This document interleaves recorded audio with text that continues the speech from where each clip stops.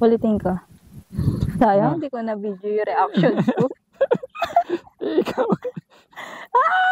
Kasi, 8 of 10 lang yung adventure natin ngayon kasi nagreklamo ka. Unang reklamo mo, -1. So, nagreklamo ka nung binaba kita sa motor. Okay? So, -1 yun. Tapos nung paakyat na tayo dito, -1 ulit. Kasi, Wait, nagreklamo ka. slowly. O, baka mag-7 tayo. Baka mag-7 tayo, huwag kang magreklamo ngayon. Okay. Gets mo na? Hindi, sa ano mo. Pero mataas na yun 8. Reaction mo.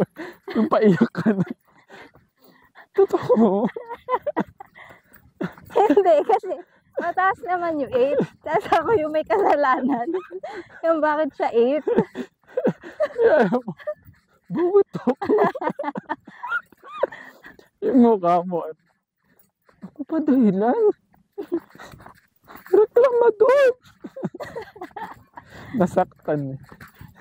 Natulala. Okay lang yun, B. We have a lot of trekking pa. No.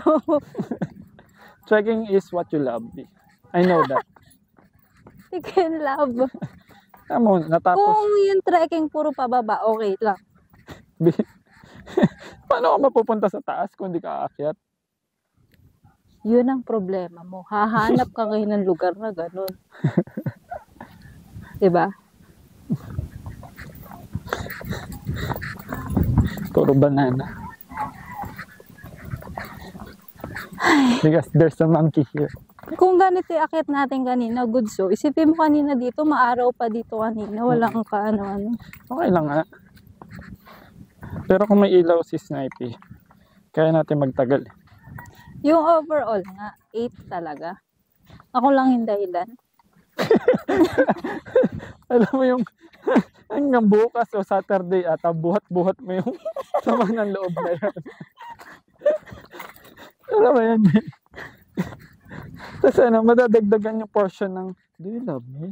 Do you love me? Kasi nga, iniisip mo, ikaw ang dahilan ng pag 8-8 ng ating score. May aso pala. Ay, baby. May aso pala doon. Zoe. Galit siya eh. Parang si Mickey Kalaman laki eh. So here we are again.